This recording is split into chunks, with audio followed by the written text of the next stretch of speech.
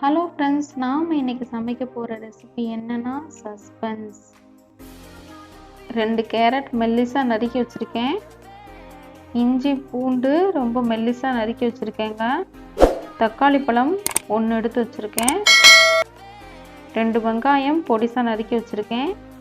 2 பச்சை மிளகாய், மிளகுத்தூள் 2 டீஸ்பூன், மசால் பொடி எங்கள் வீட்டில் அரைச்சது. தண்ணியில் எண்ணெய் விட்டுக்கிறேன், உப்பு போட்டுக்கிறேன். சஸ்பென்ஸ் என்னன்னா பாஸ்தாவை போட்டுக்கலாம். வேகட்டும் பாஸ்தா.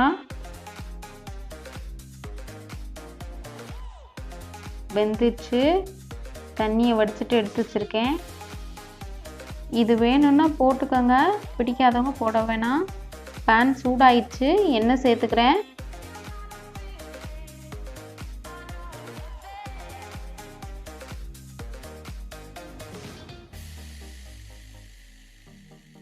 கிராம்பு, அன்னாச்சிப்பூ அந்த இலையை சேர்த்துக்கிறேன். பூண்டு இஞ்சியும் சேர்த்துக்கிறேன். ஃபைனாக சாப் பண்ணி நான் போட்டிருக்கேன். இதில் எதுவுமே குழந்தைங்களோ பெரியவங்களோ சாப்பிடும்போது எதுவுமே வெளியில் போகாது. ஸோ எதுவுமே ஒதுக்கி வைக்க மாட்டாங்க, எல்லாத்தையுமே சாப்பிடுவாங்க. பிளேட் காலி ஆயிரும். வெங்காயம் சேர்த்து நல்லா வதக்கணும்.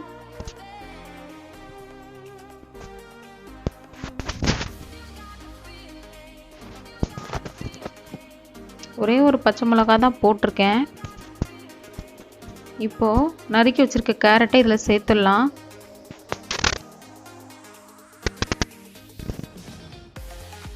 வதக்கிக்கலாம். இது எண்ணெயிலே தாங்க வதங்கணும். கேரட்டுக்கு தேவையான உப்பு சேர்த்துட்டேன்.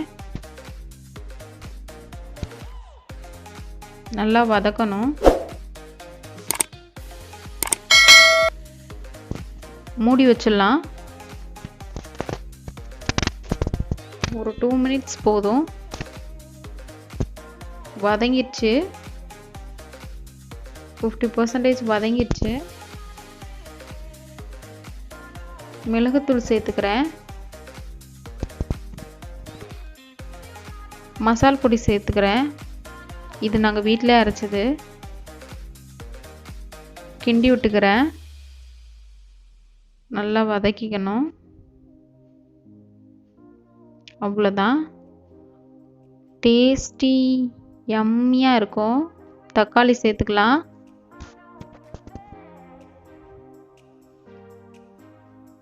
இந்த ஸ்டேஜில் பாஸ்தாவை போட்டு கிண்டுறவங்க கிண்டிக்கலாம். தக்காளி ரொம்ப வதங்கணும்னு அவசியம் இல்லை, அது ஒரு டேஸ்டியாக இருக்கும். பட் நான் கொஞ்சமாக உப்பு சேர்த்துட்டு ஒரு 2 நிமிஷம் வைக்கிறேன் மூடி. ஓகே, ரொம்ப வேக உள்ள தக்காளி பழத்தை பாருங்கள். இப்போது பாஸ்தாவை சேர்த்துடலாம்.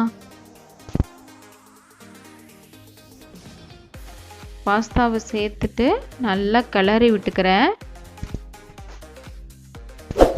மிளகு மசால் பொடி எல்லாமே கலக்கிற மாதிரி நல்லா கிளறி விட்டுக்கிறேன்.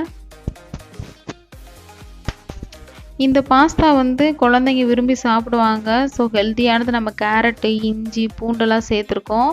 இது தனித்தனியாக போட்டோன்னா குழந்தைங்க சாப்பிட மாட்டாங்க. பட் இது ஃபுல்லாக சாப்பிட்ருவாங்க, பிளேட்டே காலி ஆயிரும். ரொம்ப டேஸ்டியாக இருக்கும், ரொம்ப காரமாகவும் இருக்காது. எல்லாரும் சாப்பிட்லாம்.